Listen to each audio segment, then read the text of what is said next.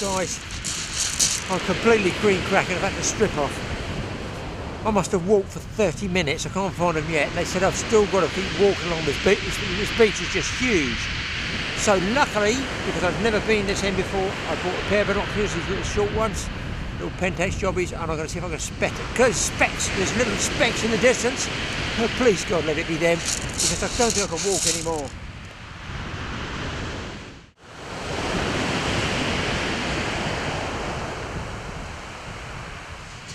Well, I've walked halfway to Cornwall, I feel, but I found the man himself down here. Nathan's just behind me, they're fishing. So, Steve, how goes it? Have you had any bites? Yeah, Graham, you missed the action. You missed all the action altogether. There we go. Oh, nice fish. Lovely, look at that. Prime Chesil Beach cod. About £4.5, well, yeah, 4.5 to £5, something like that, I guess. It was a cracking bite. Pulled the rod down really hard, slack line. Great little fight, actually. Good scrap in the surf.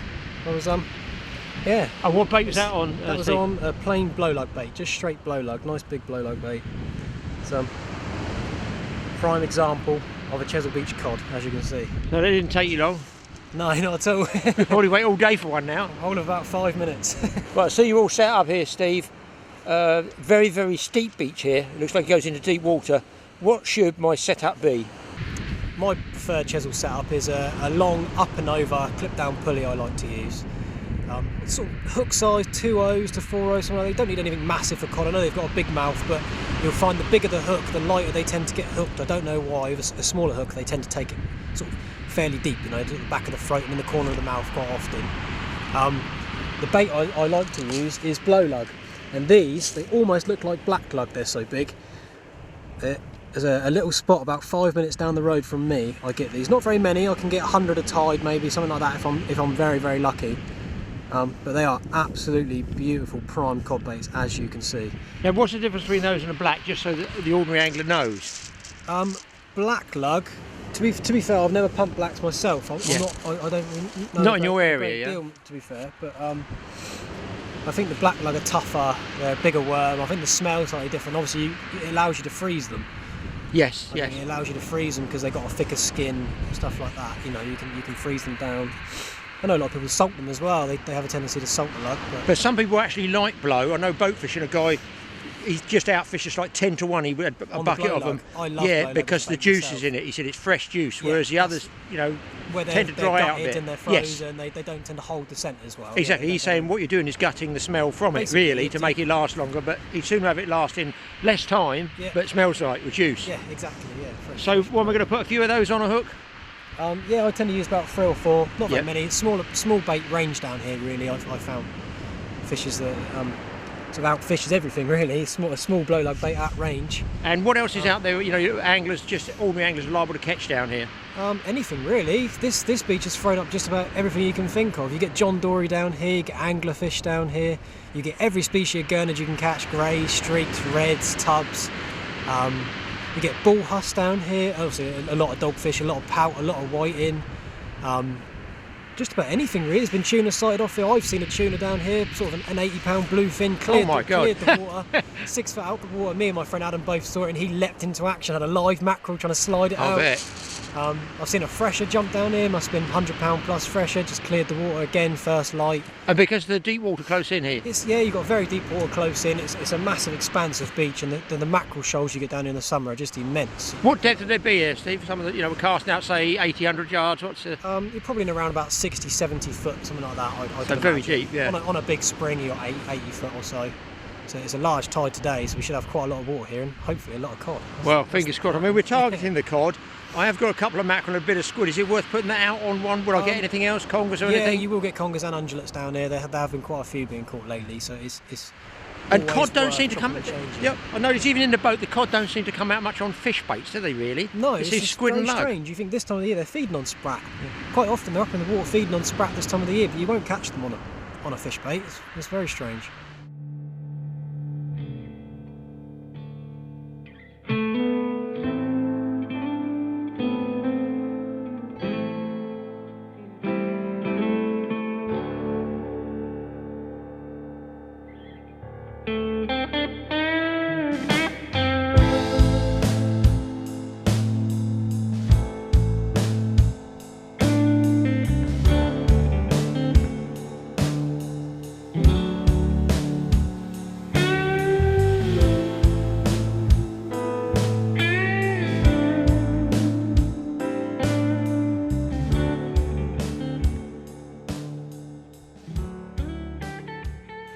Hi there, my name's Nathan. I've just come over to sea angling this past year. Spent most of my life carp and coarse fishing, and fortunately for me, Steve, who you've seen earlier, has taken me under his wing and is showing me the ropes of sea angling. What we have here is I've just baited up a lug and black lugworm cocktail. Got black lug, frozen black lug at the top here, with blow lug threaded up just underneath. Are you going to tell us how many you've put on there, Nathan? I've got 2 frozen blacks and 5, maybe 6 small blow lug on a 4.0 pennel setup. They're definitely going to smell it, aren't they? Oh yeah, that scent will get out there. There's no question they're going to know you're here, as we say, yeah. Yeah. So what gear do you use? So, you know, what have you got into as you started? When I started, I had a pair of Leader Icon power rods. I've since upgraded to these Century Sea Curves.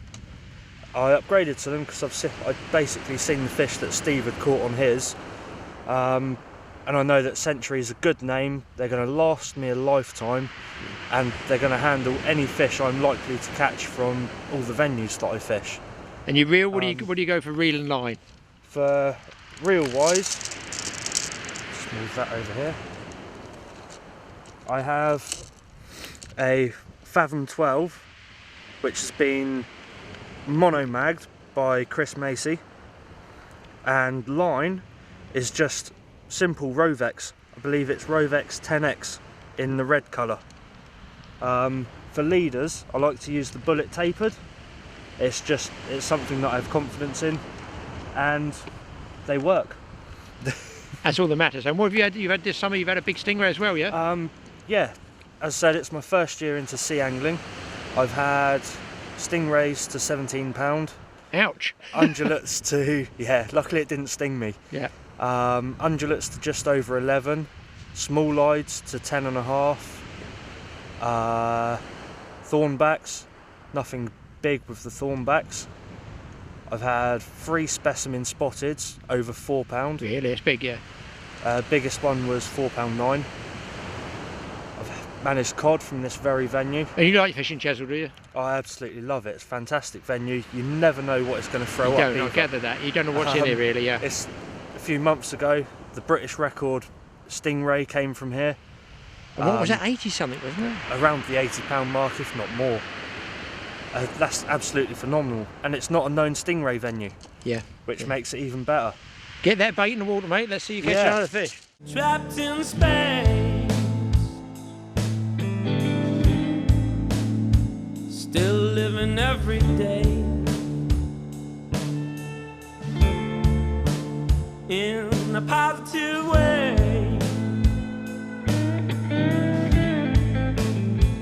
I know it's hard.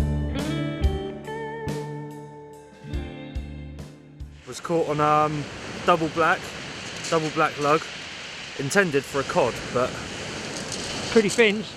absolutely gorgeous looking fish. I can feel him croaking on my hand.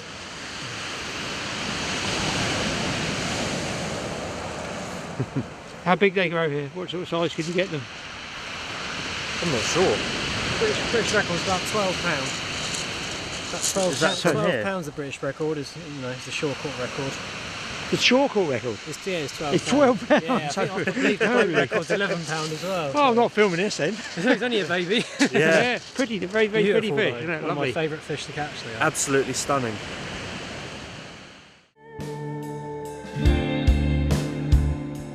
When I'm gone, but I'll be back someday to keep searching through. Okay, just like to go over my cod rig I like to use down Chesil. It's an up and over clip down. You start with a Gemini quick clip with the little upturn hook on the end of it. I'm not sure what they call them. I just call them a Gemini quick clip. Not a very long rig body really, sort of, I don't know, 2.5 foot, maybe something like that, 2 foot long. Coming down to breakaway pulley bead. I I like these mainly because this is a £100 rig body. £100 quite strong, but with the pulley bead, it doesn't fray the line, and it has a tendency to trap the line in quite a wide angle rather than on a swivel or a normal quick clip, which has a tendency to cut into the line. I've had the rig body go on the cast several times. Running down to an imp, which I like for bigger baits. It just holds the hook in place, stops it from coming unclipped, which it can do on the impact shield sometimes. Just helps keep it in place for the cast. And then I have a double bead, a double lumi bead. I like the luminous beads, not because they glow in the dark, but because they're quite a soft bead and they make a very, very good buffer for the knot. Running down to a Gemini 80-pound swivel. I have a small length of tubing, just as anti-tangle when the tide isn't running very strong, because with an up and over and there's no tide, it has a tendency to land in a ball. But with the small piece of silicone tubing, it just helps kick it away slightly, that's all, just stops it from tangling. The hook link itself is double the length of the rig body itself, but with this, where it's free sliding, even if you lose the hook or you cut the hooks off just to change them quickly, you know, it's free sliding, you see. It doesn't matter if your hook link's 10 inches shorter, you can continue clipping it up and using it. A little bit I want to talk about with the up and overs.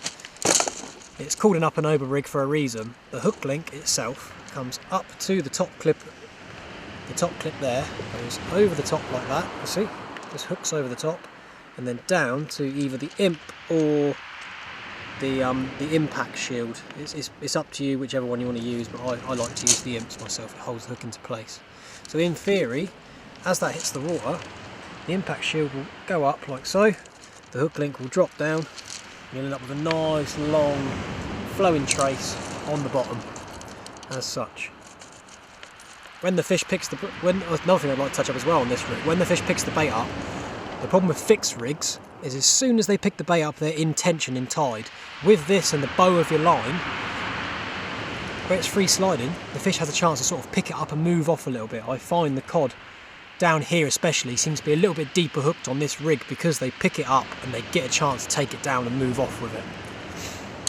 Hooks, you don't need anything huge for cod. I've never used a big hook for cod, mainly because I like to use blow lug baits. This itself, I use a Frio Veravash Chinu, which is a very small, sharp, very, very sharp and strong little hook.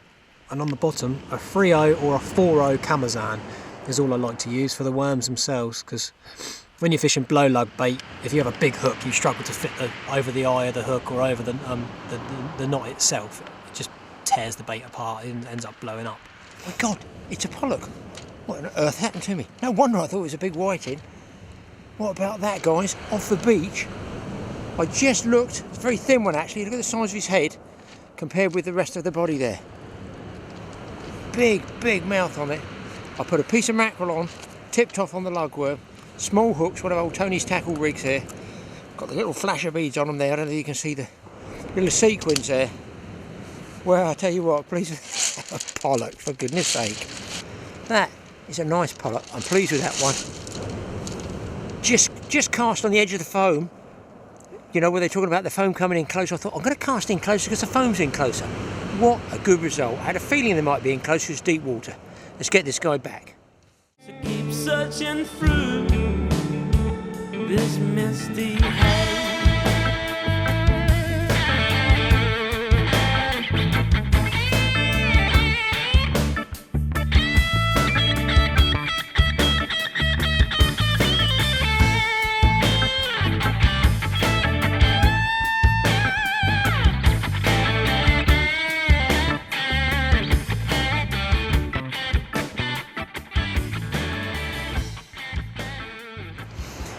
My chosen setup for fishing Chesil Beach at the moment, I upgraded my rod slightly. I now fish with a pair of T1000s, Century Eliminator T1000s. They're absolutely lovely rods, phenomenal rods, I can't complain. A lot of people think they're very stiff, but they're not. They've got cracking bite detection, loads and loads of power through the blank if you want to lean fish out of rocks, or if you want to put a big bait at big range, which is why I like them for fishing bigger baits at long distance. Reels, I use a pair of Daiwa Saltist black and golds in 30 size. The 20 size I find too narrow, I like the 30 size, just wider spool, more thumb room. Line at the moment I'm using 24 pound Rovix XT. It's quite thin for what it is. It does catch the tide though. That's the only issue. When the tide's roaring through, your lead will bump out. But apart from that, I can't fault the line. It's extremely tough. Very strong, very good for leaning out of snags as well. I've been snagged 3 times today and just pulled it out and bent the hooks out, so can't complain.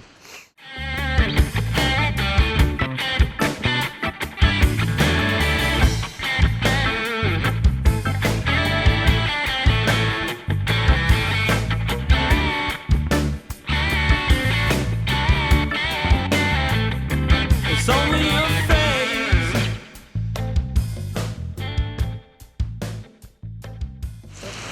Just winding in for a bait change, and it looks like I have a nice little bass.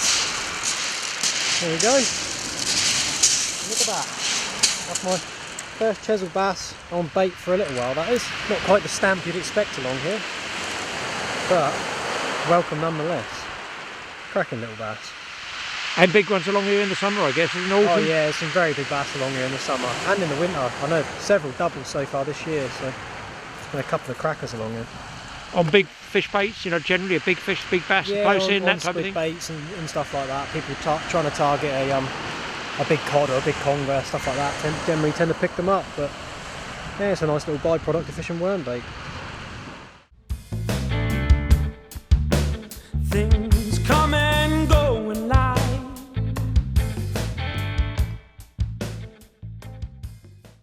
Oh dear people, I've had to come back after talking to Steve about tackle. They come and sit down. You ask me, why do you need to sit down? Go, shouldn't you be fishing? He's just told me how much those rods cost. I said, they look fairly expensive rods there, Steve. I bet they're a couple of £100 each nearly. No, £600 each retail. That's £1,200 for his rods without the reels. My God alive. I'll be terrified they break, and I think those things will never break. I shouldn't think you'll ever break those. And that's what you need, that type of specialist equipment for getting out long distance, big baits at long distance. That's why you catch so many fish. Meanwhile me, I'm just throwing out my trusty fixed spools. Yes, struggling, but enjoying it. That's what it's all about. And it ain't over yet because I put some small hooks back out there again with fresh baits because it's getting dusk, it'll be dark soon. So I've hung out there a half a mackerel, sort of 3/4 of the way out, for congers in case. Could get something big, grab hold of it, who knows. If the other guys hang another cod down there, I will change over the rig and just go to worms. But who knows what we're going to catch on the Totally Awesome Fishing Show. I've been lost and I've been running away from the demons inside my head for so long. Something taking over me, got me like a voodoo puppet on a piece of string. When I find you, baby, when I find you, I'm gonna scream out loud. How many times are you pushing me under, baby? Well, that's a real good one. Number 2, slightly better fish. Better fish, isn't it? Yeah. Getting around the £6 mark, I can imagine. Taken on a blow lug bait. Beautiful, fresh cod. Good bite, Steve. He did, yeah. He gave a cracking thump and then slack line. As soon as I picked and lifted into it, I knew it was straight You away. knew it was, thump, yeah. thump, yeah, straight away. Lovely cod. Lovely big one that is, isn't it? Oh yeah. And how big have they gone over here? You know, from this beach here over the years? The biggest I've seen is 24, but I know of a few, sort of the high £20 mark. I know of a Really? few, yeah, around the high 20s. Yeah. No problem eating those as well down the hatch. Great fish. Gone. Great Hooks fish. are Well right done. there.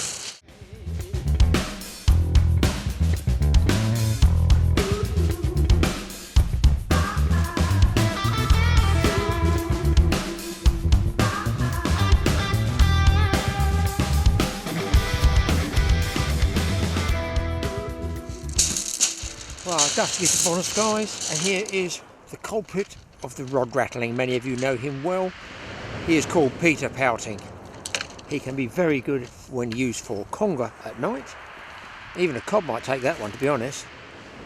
I think they make fish cakes out of them, bigger ones than this, obviously. But that's a pouting. At least it gives me a rod rattle and a bit of a bite. Am I going to keep it? And the answer is no, put it back. Don't need it for bait, I've already got half a mackerel out there. Put it back out, and I think these might start to come on there and start. Well, there we go, guys. Here's the night shift taking over. I'll show you these. You can see them. That's a pouting. Plenty out there, no problem at all. But if you were wanting to catch a big cod, what they do is fish a live bait rig. You just fish one hook here like this with this little chap tethered on there. Worm on that and leave a bigger hook up here unbaited. And along comes the cod, or indeed the conger or the bass, engulfs this and takes the big hook as well. It's a standard method of fishing for big cod. It does work, but obviously I don't have that extra big hook on there. So I hope you've enjoyed watching a totally awesome fishing show. You've seen a couple of really nice cod caught by Steve there. I'm probably going to give it another hour, and then it's going to be the big march back to the car, which I am not looking forward to, followed by a 3-hour drive home, hopefully 2.5, and not falling asleep at the wheel